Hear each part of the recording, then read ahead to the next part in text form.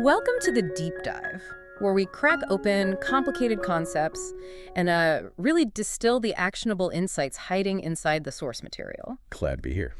Today, we are undertaking a deep dive into financial success. But, not with spreadsheets or stock tickers. No, something much more fundamental. Exactly. We're exploring what might be the biggest secret in wealth building, and it's entirely psychological. It really is. Behavior over brains, essentially. Right.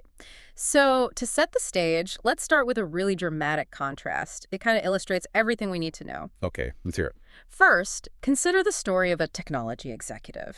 I mean, this guy was a certified genius, highly educated. Right. And in his 20s, he designed and patented a key component in Wi-Fi router technology. Super successful. Okay, sounds like someone who'd have it all figured out, financially speaking. You'd think so. By age 40, he'd amassed considerable success, fortune. But one night, staying in the luxury hotel, he just lost it. Oh. Got enraged during an argument, grabbed an expensive $500 lamp, and just smashed it. Wow. Okay. And when the manager arrived, the executive pulls out this massive stack of cash, throws $5,000 onto the counter, and yells, "Now get out of my face." Yikes. That's quite a snapshot. It speaks volumes, doesn't it? Complete lack of emotional control, almost contempt for the money itself. Exactly. And you might assume someone that smart, that rich, would be immune to financial disaster. But that's usually not how it works, is it? Nope. The sources confirm, despite his staggering intelligence, his technical skill, he eventually went completely broke. And it wasn't bad investments or market timing? No, purely poor behavior, lack of emotional control. Okay, so that's one end of the spectrum. What's the contrast? Now, hold that image of rage and excess and contrast it with Ronald Read. Ronald Read. Ronald Read lived in rural Vermont. He was a janitor and a gas station attendant. Much more down to earth. Totally. Yeah. He bought a modest two-bedroom house for $12,000 at age 38, lived there his whole life, passed away at 92. Wow. Long life. Spent his time splitting firewood, drove a decades-old car, wore the same jacket, held together with safety pins. So, to anyone looking, he seemed, well, unremarkable financially. Maybe even poor. Exactly. To all outward appearances, financially unremarkable. And yet, I sense a twist coming. Oh, yeah. When he died in 2014, Ronald Read shocked everyone, made international headlines. His obituary revealed a net worth exceeding $8 million. $8 million. The janitor. The janitor. He left $2 million to his stepkids and donated the other $6 million to his local hospital and library. A quiet philanthropist. That's incredible. How did he do it? No inheritance, no lottery? Nothing like that. He just saved what he could from his modest wages. Just consistently saved. Invested it in simple, high-quality blue-chip stocks. And then the crucial part, he stayed patient. For how long? Over 80 years. Just let compounding do its magic. 80 years. That's the key right there. Time.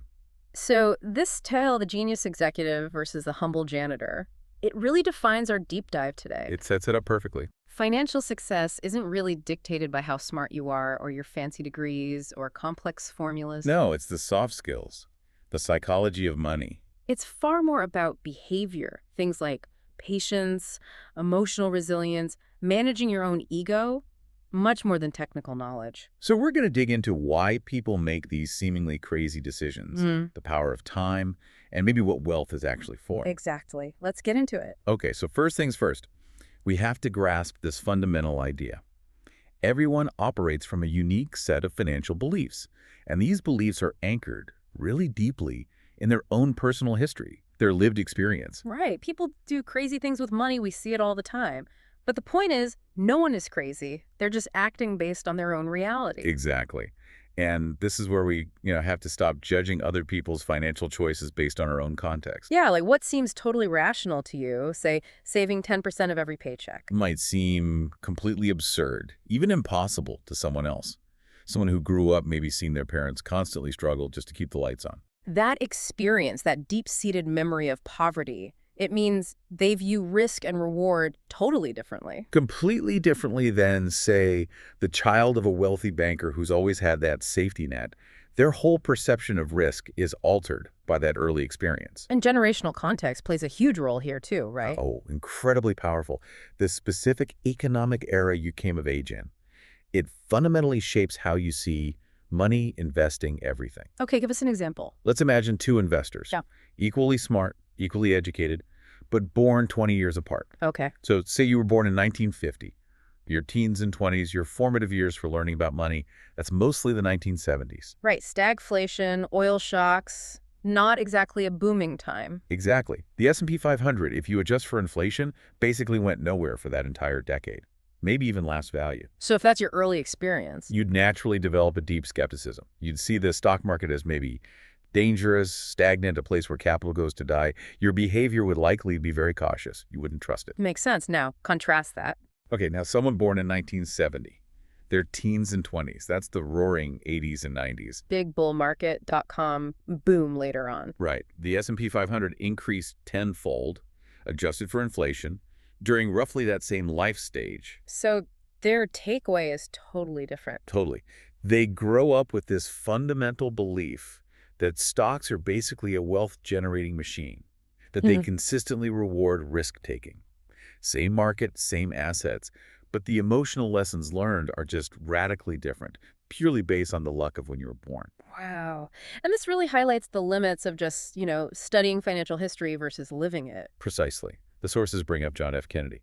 When he was running for president, someone asked him about his memories of the Great Depression. And he came from a very wealthy family. Extremely wealthy. He basically said he had no firsthand knowledge. His family was so insulated, they actually traveled more during the Depression. They hired extra gardeners just to give people jobs. So he didn't feel the hardship at all. No.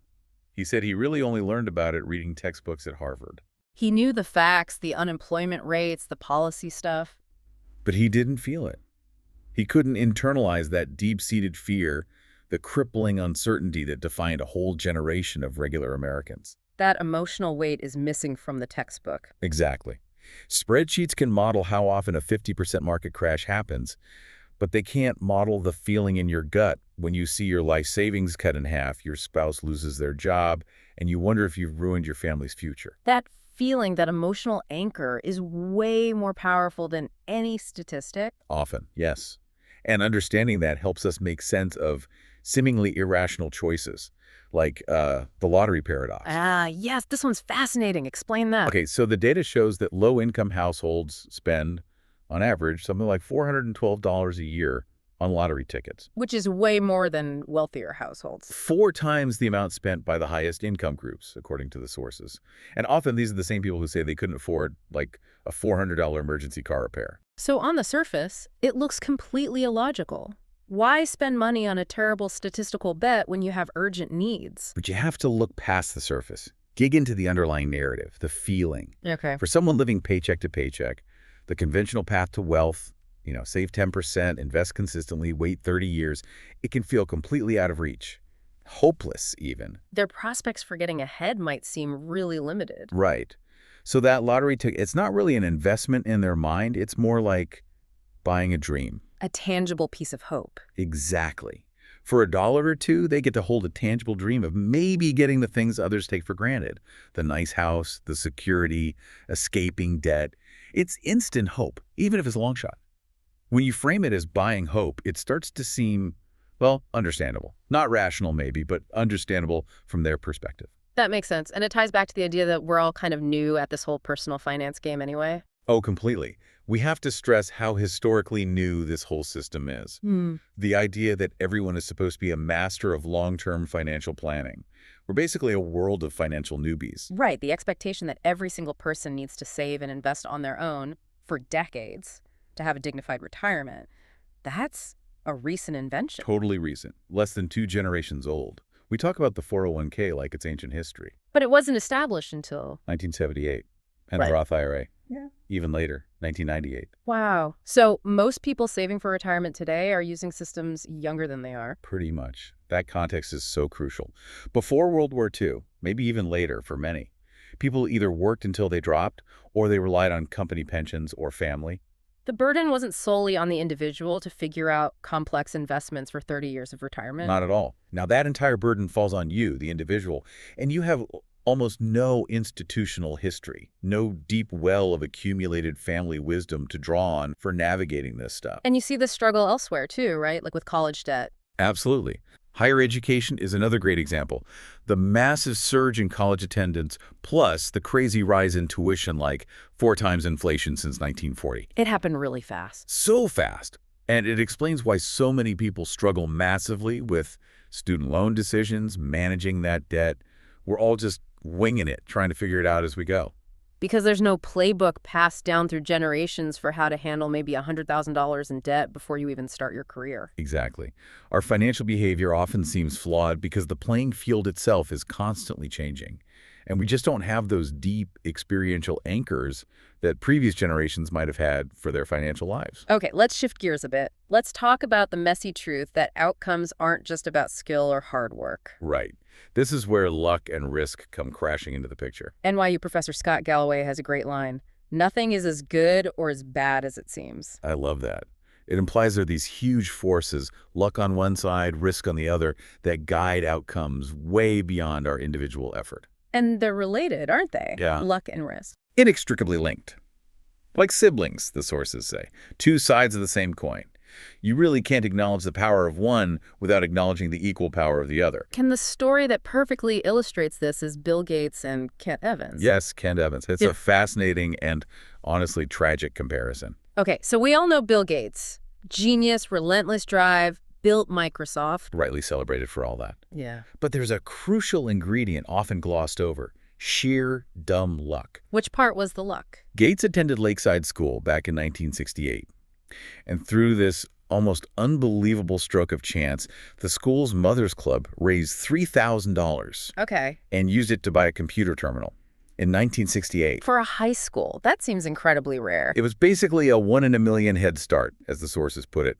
Most major universities in the world didn't have that kind of access yet. Wow. So he got exposure super early. And not just exposure, but unrestricted access. He apparently spent thousands of hours just coding, tinkering, learning, years before almost anyone else his age. He leveraged his genius, absolutely, but he was dealt this incredible hand of luck just to be in that position. Okay, so that's the luck side. Now, who was Kent Evans? Kent Evans was Gates's best friend at Lakeside. Gates himself described him as his intellectual equal. Really? As smart as Gates? Apparently the best student in their class. Shared the same ambition, the same passion for programming, same entrepreneurial mindset. By all accounts, Evans absolutely should have been right there with Gates, a founding partner of Microsoft. So what happened? He never graduated high school. Why not? Kent Evans died in a mountaineering accident before graduation. Oh, wow. That's terrible. Terrible. And think about the odds. The odds of being killed on a mountain while you're still in high school, also roughly 1 in a million. So you have a 1 in a million luck event for Gates. Giving him this huge head start. And on the other side, a 1 in a million risk event just wipes Evans off the map, completely unrelated to his skill, his drive, anything. The same magnitude of accidental force, just pointing in opposite directions? Exactly, dictating vastly different outcomes. That really complicates how we think about success, doesn't it? If luck and risk are that powerful, does hard work even matter? Oh, it absolutely matters. But maybe its role is redefined. It's less about guaranteeing success and more about positioning yourself to capture the good luck when it strikes. And maybe more importantly, building resilience to survive the bad luck, the inevitable risks. Precisely. But here's the behavioral trap. It's really hard to measure the impact of luck. And we don't like stories where randomness is the hero. Right. Attributing your own success to luck feels like diminishing your effort. And attributing someone else's failure purely to bad luck can feel, unsatisfying, demoralizing. We crave narratives where skill wins and mistakes lose. So our brains kind of subconsciously simplify it. Success, 100% skill. Failure was 100% stupidity. Pretty much. It's just easier to process. Yeah. But it's rarely that clean. We see this playing out when we look back at historical figures too, right? Like Cornelius Vanderbilt. Yeah, the railroad tycoon. He was building this massive empire, and apparently one of his lawyers pointed out that pretty much everything he was doing violated state laws. And Vanderbilt's reaction? He basically scoffed and said something like, "You don't suppose you can run a railroad in accordance with the statutes of the state of New York, do you?" Huh. So he was bold, ruthless. And he got lucky. Lucky he didn't face severe legal consequences that could have derailed everything. Now, history celebrates him as this brilliant, cunning entrepreneur. But the line between that boldness and just criminal recklessness. That can be razor thin. Think about Enron's executives. Were they bold visionaries or reckless criminals? The outcome often decides the label, and that outcome is heavily influenced by luck and risk. So the difference is sometimes just a millimeter wide, and you only see it in hindsight. Exactly. The behavior lesson is humility. We have to accept the massive role of randomness in outcomes, both good and bad. Okay, so accepting randomness, that leads us directly into this idea of the outlier effect, right? The tails you win principle. Yes. This is crucial. The vast majority of results, especially in areas with wide ranges of outcomes like investing or business, are driven by a tiny number of extreme events. The tails of the distribution. So it's not about the average outcome, it's about hitting those massive wins. Precisely. Think about an art dealer like Heinz Bergeron in the sources. He acquired art for decades. It's highly likely he was wrong or maybe just broke even, unlike 99% of his purchases. Yeah. But if that remaining 1% included a few Picassos or Matisses, he won stupendously. His entire success wasn't built on his average pick. It was defined by the magnitude of those few extreme winners. The tail. And this isn't just a theory, the data backs it up. Oh, strongly. Look at venture capital. It's a perfect example. Something like 65% of all VC investments lose money. 65% fail. That's high. Very high. But the entire industry's returns are driven by maybe the top 0.5%, just 1 in 200 companies that return 50x, 100x, or even more. So if a VC fund misses out on those 1 or 2 huge winners, the whole fund basically fails, even if all their other picks were decent. You have to capture the tail. and this applies even in the broader stock market. Absolutely. Get this. Since 1980, nearly 40% of all the stocks in the Russell 3000 index effectively failed. They lost most of their value and never recovered. 40%, that's huge. It is. And yet the overall index still increased something like 73-fold during that same period. How is that possible with so many losers? Because a tiny fraction, maybe 7% of the companies, the Amazons, the Apples, the Microsofts, delivered such astronomically high returns that they dragged the entire index up. They were the tail and they drove virtually all the gains. Wow, okay, that has major behavioral implications for us as investors. Huge. Two big ones, I think. First, you have to get comfortable with failure. Emotionally comfortable. Meaning, you have to be okay holding lots of investments that do nothing, or even go down, without panicking. Because your overall success might depend entirely on just one or two massive winners in your portfolio. Selling everything in a panic guarantees you'll meet the tail. Okay, tolerate underperformance to wait for the outliers. What's the second implication? Realize that even the absolute best investors operate this way. Warren Buffett himself admitted it. What did he say? He said that out of the 400 to 500 stocks he's owned in his entire life, he made the vast majority of his fortune on just 10 of them. 10 stocks out of hundreds. 10. His genius wasn't picking 500 winners. It was identifying those crucial 10 and then, crucially, holding them long enough through thick and thin to let their exponential growth, the tail effect, really play out. So, if capturing those tail events is everything, then the absolute #1 rule for financial success becomes survival. Survival, staying in the game. Exactly. Getting wealthy. There are a million ways to do that, honestly. Yeah. Lots involve taking huge risks, maybe getting lucky. But staying wealthy, there's really only one way. Some continuous combination of, as the sources put it, frugality and paranoia. Frugality and paranoia. That sounds intense. It highlights the mindset needed. Because financial history is just littered with stories of people who were brilliant at getting rich. But terrible at staying rich. Totally. Look at Jesse Livermore. Legendary speculator, maybe the greatest stock trader of his generation. Made a fortune in the 1929 crash, right? Made the inflation-adjusted equivalent of $100 million in that crash. Absolute legend. So what went wrong? His recklessness was his undoing. He used huge leverage, made massive aggressive bets. He just didn't internalize the need for a margin of safety for survival. So he kept risking everything. Pretty much. He lost everything multiple times in his life, ended up tragically taking his own life in 1940. He was a master at optimizing for maximum return, but a total novice at optimizing for longevity. And there are other examples like Abraham Germansky. Yeah, a wealthy real estate developer back then. Also wiped out in the 1929 crash. There's this vivid account from a New York Times reporter seeing him just walking down the street. What was he doing? Meticulously tearing a strip of stock ticker tape into tiny pieces and scattering it on the sidewalk, just completely broken. Wow. So both Livermore and Germansky, brilliant at making money. Equally bad at keeping it. Because their focus was on speed, maximizing gains, getting richer faster, they ignored the absolute prerequisite. You have to survive the downturns. So that survival mentality, that paranoia, needs to be part of every financial decision. It really does. Think about successful firms that last for decades, like Sequoia Capital in the VC world. Competitors flare up and burn out in just a few years. Why does Sequoia last? When the head, Michael Moritz, was asked that, his answer was pretty chilling.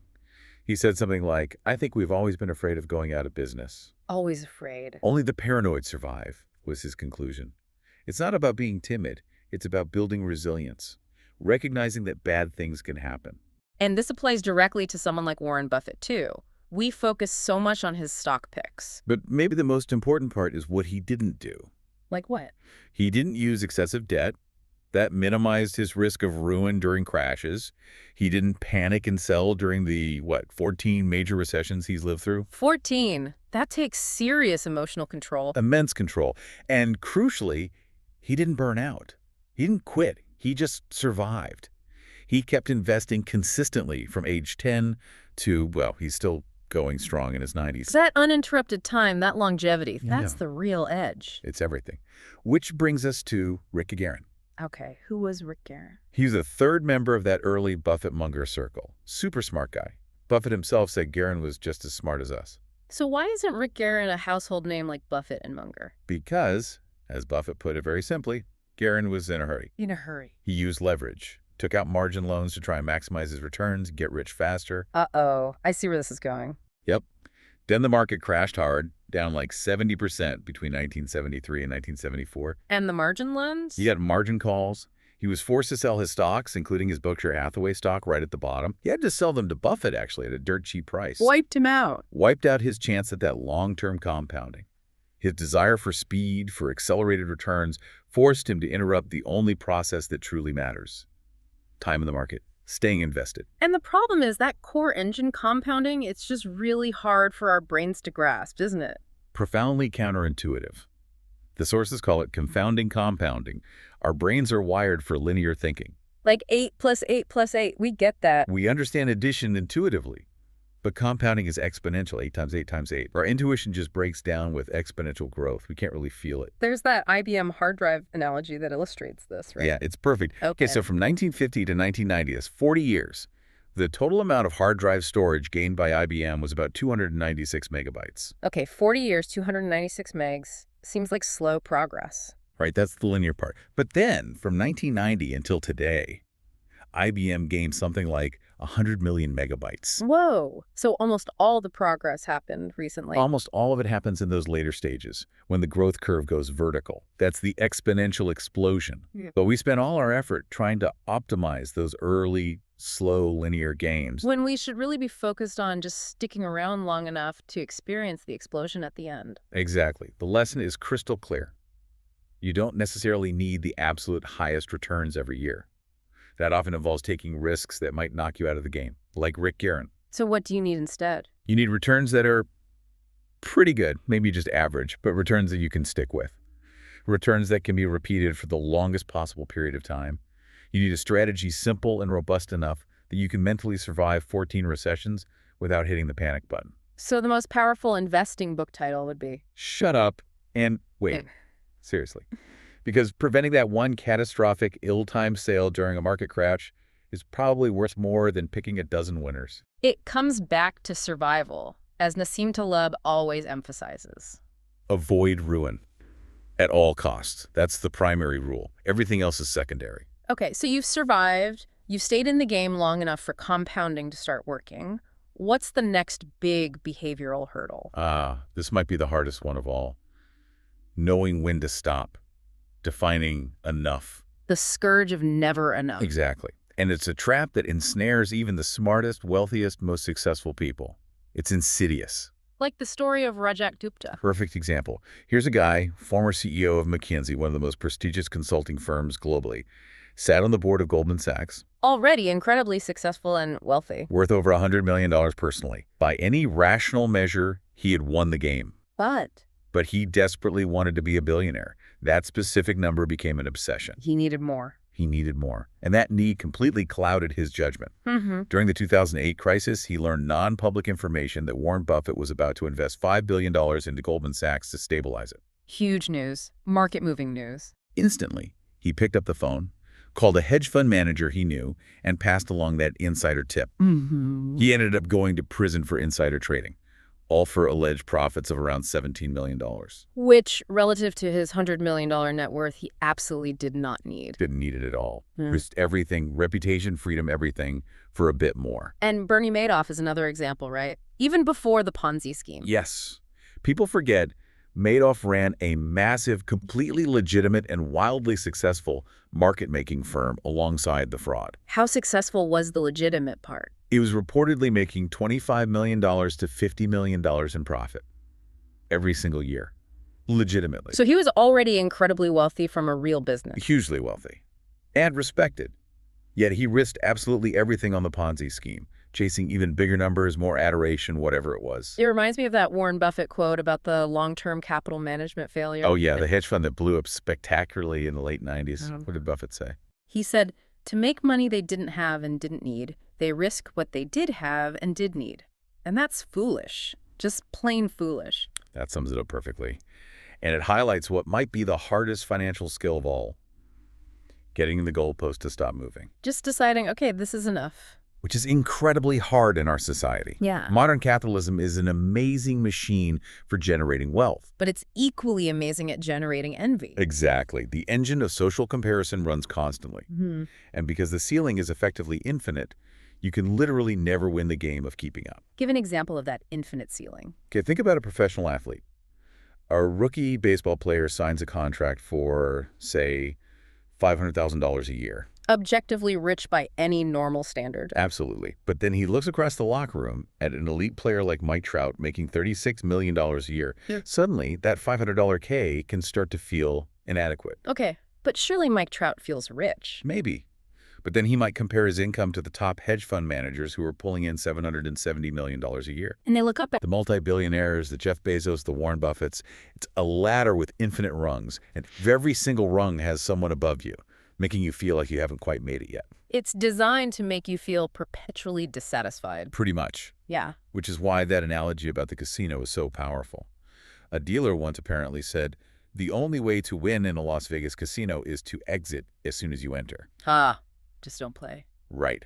And the same principle applies to that game of competitive wealth accumulation. Winning means choosing to step out of the game, defining your own finish line, your own enough, and just being okay with it, accepting that your needs are met. So if the point isn't just endless accumulation, what is the point? What is money actually for? Well, the argument in our sources is that the highest dividend money pays isn't more stuff, it's control. Control over your time. Freedom. Freedom. There was a psychologist, Angus Campbell, whose research found something really profound. What was it? He found that having a strong sense of controlling one's life is a more dependable predictor of positive feelings of well-being than any of the objective conditions of life we have considered. Wow. So control over your life matters more for happiness than your salary, or the size of your house, or the prestige of your job. More than any of those objective measures. And money is the tool that buys you that control. It creates the buffer, the space that allows you to choose what you do, when you do it, and who you do it with. I remember hearing about someone's experience doing a fancy investment banking internship. Oh, yeah? Loved the work itself, intellectually stimulating, challenging, and the potential pay was, astronomical. That's good so far. But the schedule was completely dictated by the firm. Going home before midnight was considered slacking off. Weekends were basically mandatory work days. Zero control over their time. And how did that feel? Miserable. Absolutely miserable. It perfectly illustrates that concept of reactance. Reactance? What's that? It's the psychological term for that feeling of resistance, almost anger you get when you sense your autonomy, your freedom, is being restricted or taken away. Okay. So even doing work you might genuinely enjoy, if it's on someone else's terms and you have no control, it can feel just as bad as doing work you hate. The lack of freedom poisons it. The job steals your freedom, basically canceling out the benefit of the high income in terms of happiness. Exactly. Derek Sivers, the entrepreneur, had this realization really early on. Tell that story. He was working a minimum wage job, but decided he could live really cheaply, like $1,000 a month. By the time he was 22, he'd saved up just $12,000. Okay, not a huge amount. Not huge, but it was enough. That $12,000 buffer allowed him to quit his job and become a full-time musician. Why? Because he knew he could cover his basic living expenses for a whole year with that cushion. He had bought himself time and freedom. And he later sold his company for millions, right? He did. But he realized something interesting.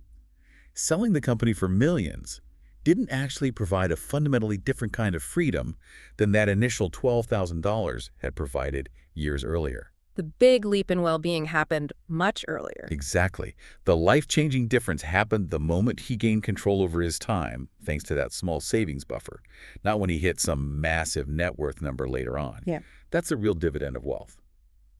Okay, so this chasing of status, of external validation through spending, it leads us to what the sources call the man-in-the-car paradox. The man-in-the-car paradox. Right. Explain that. So you see someone driving a really flashy, expensive car, a Ferrari, a Lamborghini, whatever. Okay. Your immediate thought usually isn't, wow, look at that driver. They must be so cool, successful, and admirable. Is it? No. My immediate thought is, wow, I wish I had that car. Imagine how cool I would look driving it. Exactly. You admire the car, the object, and you subconsciously skip right past the person driving it, inserting yourself into the fantasy. So the driver bought the car hoping for admiration. But all they get is people admiring the car itself and maybe feeling a bit envious while imagining themselves behind the wheel. The driver becomes invisible. That's the paradox, and it highlights a really critical distinction about money. The difference between being rich and being wealthy. Okay, define those. Rich is current income, high salary, big bonuses. It's visible. See the fancy car, the big house, the expensive clothes. That's richness on display. Okay. And wealthy. Wealth is different. Wealth is income not spent. It's hidden. It's the money saved and invested, working quietly in the background. So wealth is the option value, the ability to buy something later, but choosing not to right now. Precisely. It requires that self-control, that discipline, to maintain the gap between what you could spend and what you actually do spend. There's that calorie burn analogy. Yeah, it's like exercise versus dieting. It's relatively easy to go for a hard run, earn a big paycheck, but then it's really easy to immediately reward yourself with a huge calorie-dense meal. Spend that paycheck on visible luxuries. Right. The hard part is maintaining the deficit. Exactly. True wealth, like lasting fitness, requires the discipline to consistently maintain that gap between earning and spending. Restraint. But the challenge here, behaviorally, is imitation, right? Huge challenge. Yeah. Because wealth, by its nature, is hidden, invisible. So we don't have role models for wealth building. Very few. Think back to Ronald Read, the janitor. While he was alive, quietly accumulating his millions, was he anyone's financial role model? No, of course not. People probably felt sorry for him driving his old car. Exactly. We see rich people all the time on TV, social media, driving those flashy cars. But we almost never see truly wealthy people because wealth is defined by the Ferraris they didn't buy, the diamonds they didn't wear, the first-class upgrades they skipped. It's invisible restraint. Which makes it incredibly hard to learn or imitate that behavior. Very hard. So if wealth is hidden and built on restraint, what's the key driver for actually building it? It comes back to something simple but powerful. Your savings rate. Bingo. Not necessarily your income level, and not even your investment returns, primarily. It's the percentage of your income that you manage not to spend. Financial experts often obsess over optimizing returns, finding that extra 0.5%. While often ignoring the one variable that is completely 100% within your control, how much you choose to save from whatever income you have. The sources use that analogy of the 1970s oil crisis. Yeah, it's a great one. That crisis wasn't really solved by discovering massive new oil fields overnight. How was it solved then? Primarily through efficiency. Innovation in insulation, engine design, industrial processes. The U.S. now uses something like 60% less energy per dollar of GDP than it did back then. We got smarter about using the energy we had. Exactly. And the analogy is your personal financial destiny is much clearer, much more stable when it's powered by efficiency in your spending frugality rather than solely relying on finding the new oil of incredible, unpredictable market returns. Efficiency and savings are controllable. Market returns aren't. Right. And when you strip savings down to its psychological core, what is it really? It's the gap between your ego and your income. I love that definition. It explains so much. It explains why so many people with huge incomes save almost nothing. Because their ego demands they spend it all to keep up appearances. They're locked in that daily battle against social comparison, against the instinct to buy the visible markers of success that their income theoretically allows. Which means Humility becomes a key ingredient in wealth building. a major, often completely overlooked component. Lowering your ego, being less concerned with signaling status, directly increases your ability to save. And the best part about saving, maybe, is that you don't even need a specific goal for it. That's a powerful idea. Saving just for saving's sake. Saving without a specific target like a down payment or a new car. Why is that powerful? Because it becomes a hedge. A buffer against life's guaranteed ability to surprise the hell out of you. Unexpected job loss, medical emergency, market crash, opportunity knocks. Having that cushion gives you options. Options, flexibility, the ability to wait out bad times, the freedom to seize good opportunities when others who are living paycheck to paycheck are forced into desperate decisions or sales. That undesignated saving is the margin of safety. Okay, this brings us nicely to the final point about sustainable behavior. Making decisions that are reasonable versus strictly rational. Yes, this is such a crucial distinction, especially because finance professionals often worship at the altar of pure rationality, of mathematical optimization. But humans aren't purely rational beings. Not even close. Rational is the choice that looks best on a spreadsheet. Reasonable is the choice that you can actually stick with, the one that maximizes your ability to sleep well at night. There's that historical medical example, the syphilis cure. Right, Dr. Julius Wagner Jaureg won the Nobel Prize, actually. He discovered he could cure late-stage syphilis by intentionally infecting patients with malaria. Infecting them with malaria, how is that rational? Because the high fevers caused by malaria would kill off the syphilis bacteria. Scientifically, it worked. It was rational from a purely biological standpoint. Okay, but what was it like for the patient? Horrific. Yeah. Bone-rattling, agonizingly high fevers for days on end. So while the cure was rational, the treatment itself was intensely painful and utterly unreasonable for most people to endure. They'd rather just take something to stop the fever, even if it didn't cure the underlying disease. Exactly, they'd reach for the Tylenol. Because if the plan, however optimal on paper, causes extreme behavioral distress, people will abandon it. It doesn't matter how mathematically elegant it is. And we see this even among the smartest finance people, right? Like Harry Markowitz. The Nobel Prize winner, literally the father of modern portfolio theory, the guy who mathematically defined optimal diversification. What did he do with his own money? When it came time to allocate his own retirement savings, he just split it 50-50 between stocks and bonds. He ignored his own complex optimization models. Completely. His stated reason. He just wanted to minimize future regret. He made a reasonable decision based on emotion and sleeping well, not a purely rational one based on maximizing expected return. Investing always has a huge social and emotional component that spreadsheets just can't capture. And that study about the leveraged retirement plan. Oh yeah, that's a classic. Researchers designed a retirement plan that used like 2-to-1 leverage.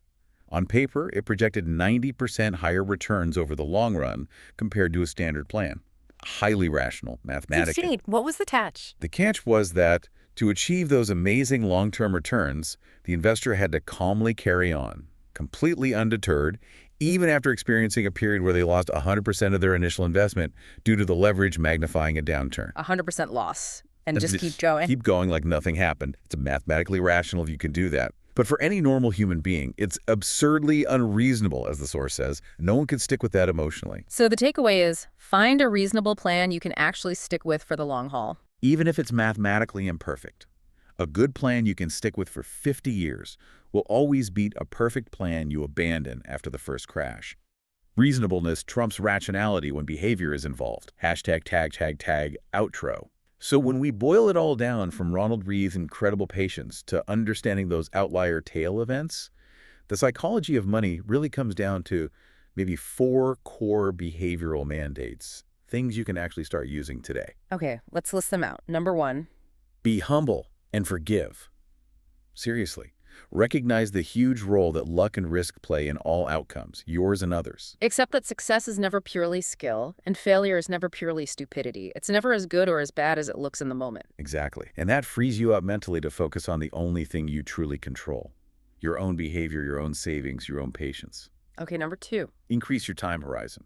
Think longer term. Time is the most powerful force in finance, bar none. Longevity, survival, that's what lets compounding run wild. Right. Your real edge isn't trying to be faster or smarter than everyone else. It's simply being more patient, outlasting them. Number 3. Use room for error. Build in a margin of safety. And this isn't about being timid or conservative. It's about being financially unbreakable. Unbreakable. Your plan needs to be robust enough to survive when things inevitably go wrong. And not just the things you expect, but the completely unforeseen crises. Like that example of German tanks in WWII being stopped by mice. Exactly. Field mice apparently chewed through the electrical wiring in some tanks, immobilizing them. You can't plan for that specifically, but you can build a buffer that's robust enough to handle unforeseen setbacks, whatever they may be. Your margin of safety needs to cover the truly unthinkable unknowns. Okay, and the final one, number 4. Define your game. Know what you're trying to achieve, what your time horizon is, what your goals are. And don't get distracted by others. Critically important.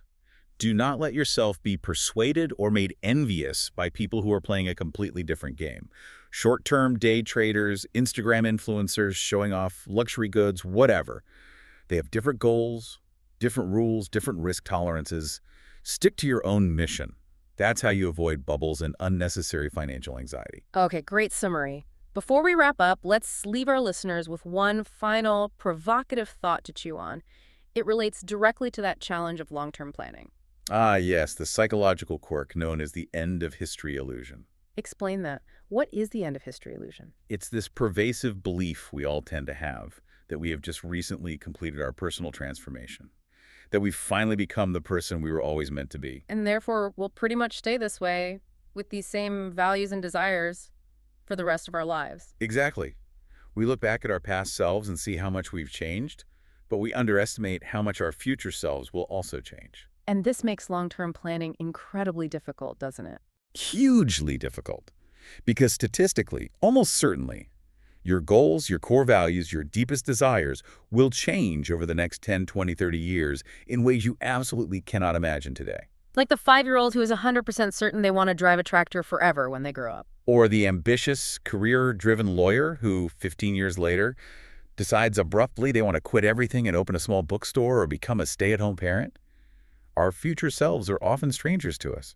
So the ultimate financial challenge isn't just about market returns or savings rates. Maybe the ultimate challenge is crafting a financial plan that has enough margin of safety, enough flexibility, enough options built in. To successfully accommodate the needs and desires of that future person you will inevitably become, even though you can't predict who that person will be. Exactly. That ability to adapt, to change course without financial ruin, that might be the ultimate expression of the freedom that money, used wisely, can actually buy. Wow. That's a great thought to end on. Thank you for joining us for the deep dive. We hope this exploration of the soft skills, the psychology of money, gives you the behavioral edge you need for financial peace.